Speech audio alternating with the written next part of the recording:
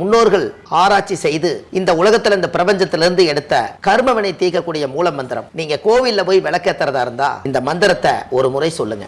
முற்பிறவியில செய்த பாவங்கள் எப்பிறவிக்கும் தொடராமல் இருக்க இப்பிறவியிலேயே என் தந்தை வழியில் வந்த கர்மாவினை, என் தாய் வழியில் வந்த கர்மாவினைகள், என் தாயுடைய கர்ப்பத்திலிருந்து நான் இந்த பூமிக்கு கொண்டு வந்த கர்மாவினைகளும் இன்றோடு நிவர்த்தியாகட்டுன்னு 5 தீபம் விளக்கேத்தி சாமிக்கு தேங்காய் வளம் பூ மாலை கல்கண்டு வாங்கி அர்ச்சனை பண்ணி உங்க ஜாதகத்தை கொண்டு போய் சாமி பாதத்துல வச்சு இன்னையோட எனக்கு எல்லாம் நல்லது நடக்கும்னு மனசார கும்பிட்டு வாங்க. வாழ்க்கையில அசுர வளர்ச்சிக்கு வந்து உங்க வாழ்க்கையில எல்லா கடமையும் முடிப்பீங்க.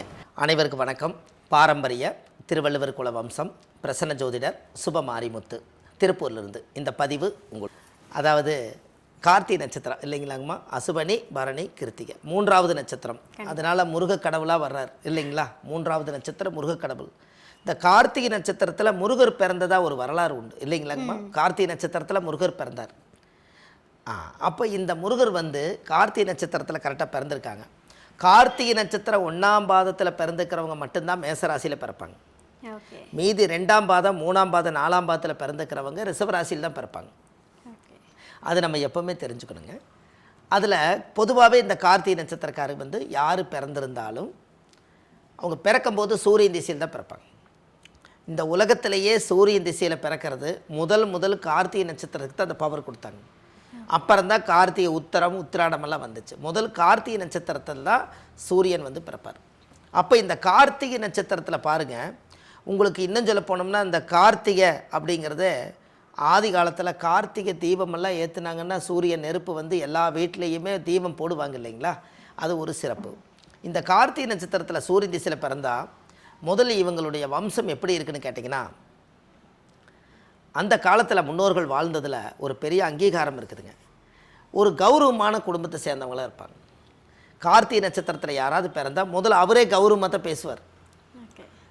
எவ்வளவு ஏழையாக இருந்தாலும் சாப்பாட்டுக்கு உணவுக்கும் கூட கொஞ்சம் வழி இல்லாமல் இருந்தாலும் புலி பசிச்சாலும் புல்லை திங்காதுன்னு சொல்கிறாங்க இல்லைங்களா.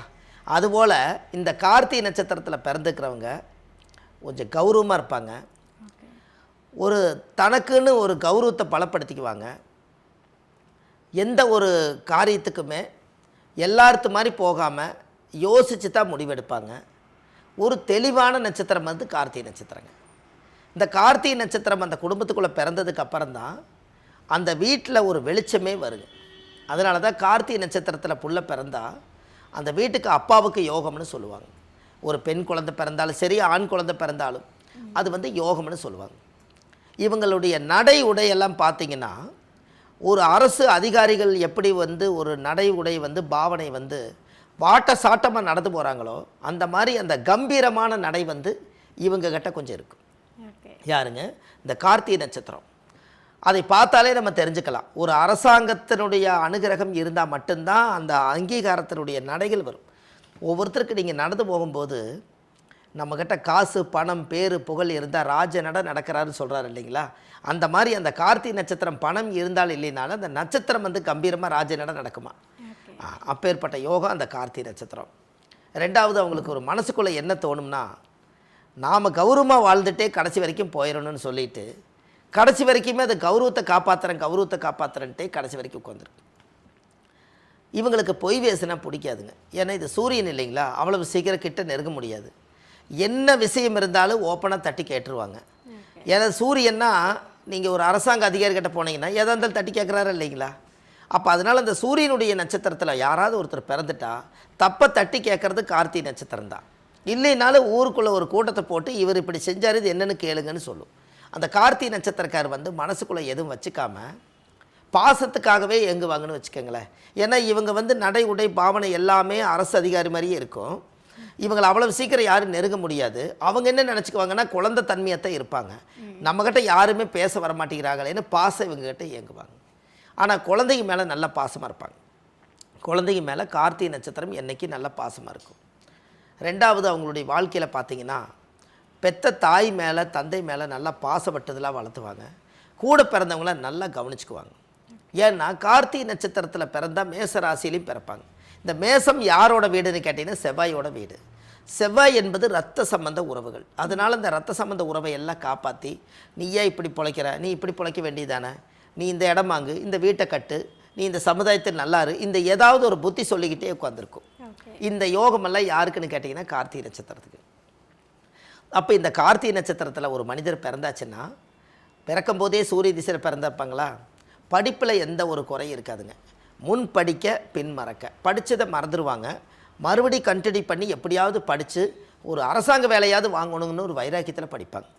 ஆனால் கார்த்திகை நட்சத்திரக்காரர்களுக்கு கல்வி யோகம் உண்டு. அப்போது கஷ்டப்பட்டு படிப்பாங்க, படிப்பில் எத்தனையோ தடைகள் வரும், அந்த தடையெல்லாம் நீக்கி அந்த படிப்பில் சைன் ஆயிருணுங்கிறதுக்காக ஒரு வைராக்கிய படிப்புன்னு படிப்பாங்க. இந்த யோகமெல்லாம் ஜாதக ரீதியாகவே அவங்களுக்கு இருக்குன்னு வச்சுக்கோங்களேன். அப்போது அந்த ஒரு ஜாதகத்தில் பிறக்கும்போது சின்ன வயசில் சூரிய திசைனா, அப்போ சூரியன் திசையுடைய வருஷமே மொத்தம் 6 வருஷம் தாங்க. அதனால தான் சூரிய உதயம் காலையில் 6 மணிக்கு ஆகுது. எப்படிங்கம்மா, ஏன் காலையில் 6 மணிக்கு சூரிய உதயம்னு பஞ்சாங்கத்தில் கொடுத்துக்கிறாங்கன்னா, சூரியனுடைய பேட்டனே 6 6 டு 6 30. இந்த 6 டு 6 30 நாளிகை, 30 டு 30 60 நாளிகை சேர்ந்தது ஒரு நாள். இதைத்தான் அந்த காலத்தில் 60 நாளிகை என்பது. அந்த காலத்தில் ஒரு பழமொழி சொல்லுவாங்க, நான் அல்லும் பகலும் 60 நாளிகை நான் பாடுபட்டு நான் என்னத்தை வச்சுக்கிறேன் சொன்னாங்க இல்லைங்களா. இது ஏன் இந்த 60 நாளிகை உள்ளே வருதுன்னா, அந்த காலத்தில் மணியை நாளிகையை மாற்றி வச்சுருக்காங்க. 1 மணி நேரத்துக்கு 2.5 நாளிகை. 6 டு 6 30 நாளிகைங்கிறது 12 மணி நேரம். 30 டு 30 12 12 27 மணி நேரம். அதனால தான் அந்த காலத்தில் பழமொழி, நான் அல்லும் பகலும் 60 நாள், அல்லும் பகலும் அதாவது இரவும் பகலுங்கிறதுக்கு அல்லும் பகலும் 60 நாளிகை நான் பாடுபட்டு என் குழந்தையை நான் பிள்ளை வளர்த்தினேன். இந்த பழமொழிகளை அந்த காலத்தில் சொல்கிறாங்க இல்லைங்களா. இதெல்லாம் இந்த வார்த்தையில் வந்து அவ்வளவு வேதனைகளோடு தான் அவங்க சொல்லியிருப்பாங்க. அப்போ 60 நாளிகை சேர்ந்தது ஒரு நாள். அப்போ ஒரு நட்சத்திரம் என்பது 24 மணி நேரம். இது எல்லாமே நம்ம அந்த காலத்தில் விஞ்ஞானமாக தான் இந்த ஜோசியத்தை வச்சுக்கிறாங்கன்னு. இது எதுவுமே சயின்ஸாக மாற்றி வைக்கல, விஞ்ஞானமாக தான் வச்சுருக்காங்க. அதனால தான் நம்ம ஆஃபீஸே விஞ்ஞான ஜோதிட ஆலோசனை மையம். பாரம்பரிய திருவள்ளுவர் குலவம்சம்னு எதுக்கு வச்சோம்னா, நம்மளுடைய 32 வருஷமாக இந்த துறையில் இருந்து 13 வயசில் இந்த ஜோதிட துறைக்கு வந்தோம். 5 வயசுலேயே பெரியவங்க நாட்கள் எழுதி வச்சுட்டாங்க.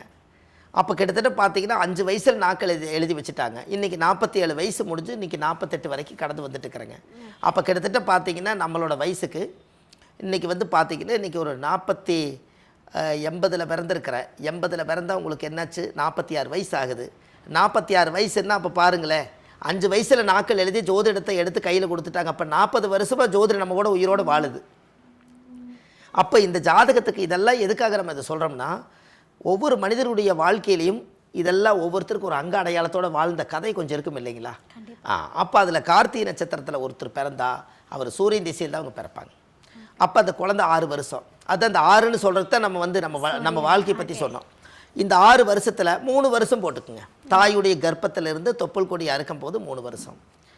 இந்த 3 வருஷம் ஜாதகத்தில் ஒருத்தருக்கு இருக்குது அப்படின்னா, இந்த 3 வருஷம் சூரியன் திசை, சந்திரன் திசை ஒரு 10 வருஷம். இந்த சந்திரன் திசை 10 வருஷம்னா இந்த 10 ஒரு 3 13 படிக்கிற காலம். 13 வயசுக்கு மேலே அந்த சந்திரன் திசை முடிஞ்சு செவ்வாய் திசை ஒரு 7 வருஷம். அப்போ 7 20 வயசாச்சு. இந்த 20 வருஷமாக இந்த செவ்வாய் திசை ஓடும். இந்த செவ்வாய் திசை முடிஞ்சு 20 வயசுக்குள்ள படிப்பு, கல்வி, வாழ்க்கை எல்லாத்தையும் தெரிஞ்சுக்குவார். 20 வயசுக்கு மேலே ராகு திசை 18 வருஷங்க. இந்த 18 வருஷம் ராகு திசை அவங்களுக்கு கரெக்டாக 20 18 30 வயசுங்கும் போது கண்டிப்பாக பாருங்கள், அவருக்கு ராகு திசையில் தான், கார்த்திகை நட்சத்திரத்தில் பிறந்துக்கிறவங்களுக்கு ராகு திசையில் தான் கல்யாணம். சூரியன், சந்திரன், செவ்வாய் இந்த 3 திசை நடக்கிறக்கே சூரியன் ஒரு 3 வருஷம் போட்டோம் 6 வயசில், சந்திரன் ஒரு 10 13, செவ்வாய் ஒரு 7 20 வயசில் நம்ம கல்யாணம் பண்ண மாட்டோம். அப்போ எப்படி இருந்தால் 18 வருஷம் ராகு திசை, 38 வயசுங்கும் போது இவர் கல்யாணமாகி 2 குழந்தைகளும் பிறந்து அவர் தொழிலையும் அமைச்சு வீடு வாசலை கட்டி எல்லாமே இந்த ராகு திசையை கொடுத்துருவாருங்கன்னு. அப்போ கார்த்திகை நட்சத்திரக்காரர்களுக்கு ராகு தான் கல்யாணம் முடிச்சு வைக்கிறார். இந்த கணக்கு பாட்டா பஞ்சாங்கம் எடுத்து இன்றைக்கும் பாருங்கள், வாசன் சுத்த திருக்கணித பஞ்சாங்கம்னு ஒன்றுக்குது. இந்த திசை வரிசை கொடுத்துருப்பாங்க. சூரியன் 6 வருஷம், சந்திரன் ஒரு 10 வருஷம், செவ்வாய் ஒரு 7 வருஷம், ராகு ஒரு 18 வருஷம். அப்போ கிட்டத்தட்ட பார்த்தீங்கன்னா 20 ஒரு 18 38 வயசுக்குள்ளே இவர் எல்லாம் கல்யாணம் பண்ணி இந்த வாழ்க்கையில் கஷ்டம்னா என்ன, நஷ்டம்னா என்ன, இன்பம்னா என்ன, துன்பம்னா என்ன, எல்லா விஷயத்தையும் ஆராய்ச்சி பண்ணி இனிமேல் நம்ம வந்து சரியாக வாழணுங்கிறதுக்காக இந்த ராகு திசை சரியான பதிலை சொல்லி கொடுத்துட்டு போகும்.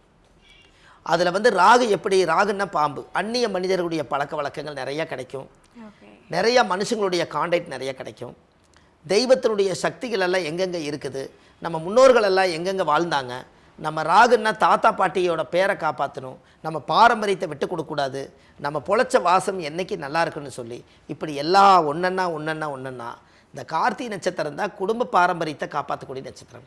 ஏன்னா கார்த்திகை நட்சத்திரம் வந்து சூரியனுடைய நட்சத்திரம். சூரியன் என்பது அப்பா, அப்பாவோட வம்சத்தை காப்பாற்றுறதுக்கு கார்த்திகை ஒன்று பிறக்கும். எப்படிங்கம்மா? இப்போ நீங்கள் எடுத்து பார்த்தீங்கன்னா இந்த கார்த்திகை நட்சத்திரத்துக்கு அந்த பவர். அப்போ பாருங்கள், அப்போ ராகு திசையிலேயே அவங்களுக்கு எல்லாமே கிடச்சிருது. குரு திசை 16 வருஷங்க. இந்த 16 வருஷ குரு திசை 38 ஒரு 16 54ங்களா? 54 38 ஒரு 16 54 வயசு.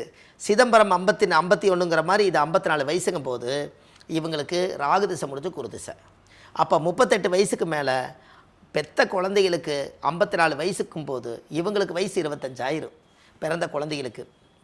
அப்போது இந்த 54 வயசுக்குள்ளே அந்த குழந்தைகளை எல்லாம் படிக்க வச்சு ஆளாக்கி ஒரு நல்ல மனுஷனாக உருவாக்கி இந்த சமுதாயத்துக்குள்ளே உன்னோட பெத்த உள்ளையா இது, உன்னுடைய பையனா இது, அன்னைக்கு நான் குழந்தையில பார்த்தேன் இன்றைக்கி எவ்வளோ பெருசாகிட்டாரு, இதெல்லாம் சொல்கிறாங்க இல்லைங்களா?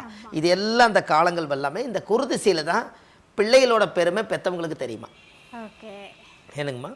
பிள்ளைகளுடைய பெருமை பெற்றவங்களுக்கு. அந்த குழந்தைங்க சில சாதனைகள் பண்ணும், படிக்கும், பட்டம் வாங்கும், அவார்டை வாங்கி கொண்டு வந்து தாய்கிட்ட கொடுக்கும்.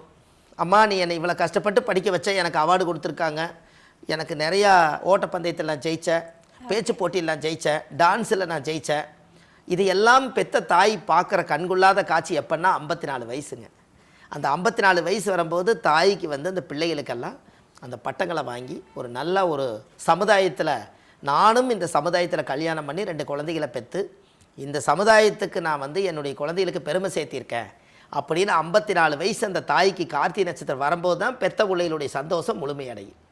கரெக்டுங்களாங்கம்மா? இது எல்லாம் எந்த காலத்தில் இவங்க கணக்கு போடுறது சொல்லுங்கள்? இது வரைக்கும் நீங்கள் இது கொஞ்சம் இது இப்போ நீங்கள் இப்படி நீங்கள் பார்த்துருக்கீங்களா நீங்கள் ஜாதகம்?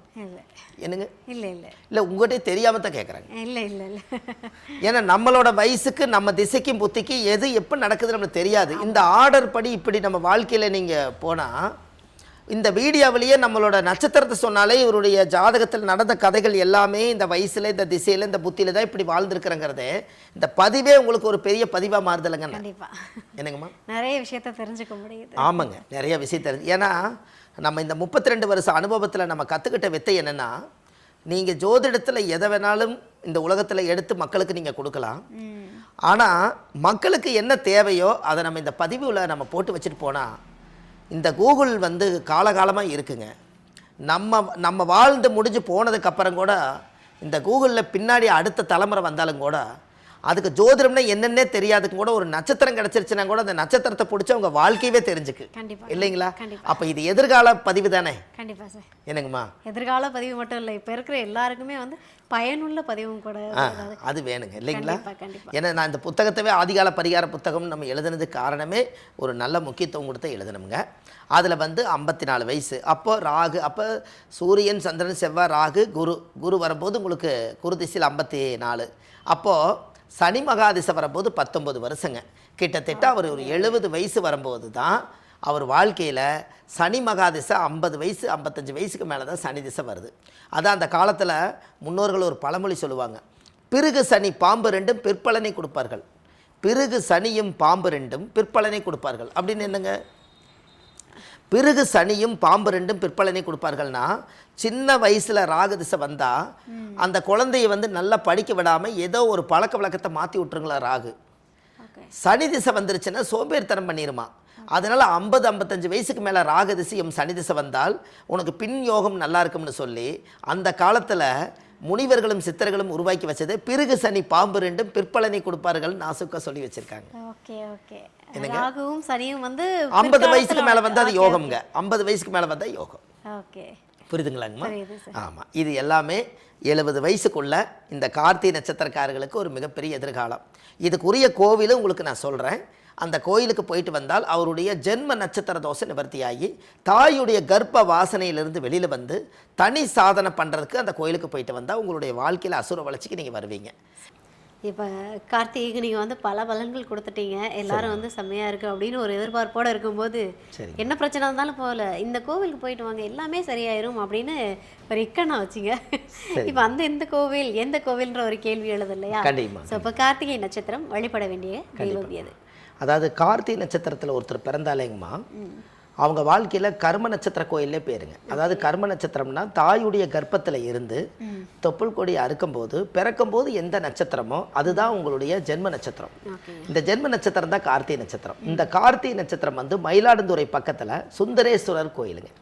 இந்த கோவிலில் போய் சாமிக்கு தேங்காய் பழம் பூ மாலை கல்கண்டு வாங்கி அர்ச்சனை பண்ணி அந்த கோவிலில் போய் சாமி கும்பிட்டு வந்தாச்சுன்னா உங்கள் வாழ்க்கையில் அசுர வளர்ச்சிங்க. அதுக்கப்புறம் உங்களுடைய ஜென்ம பாவமே நிவர்த்தி ஆகுமா.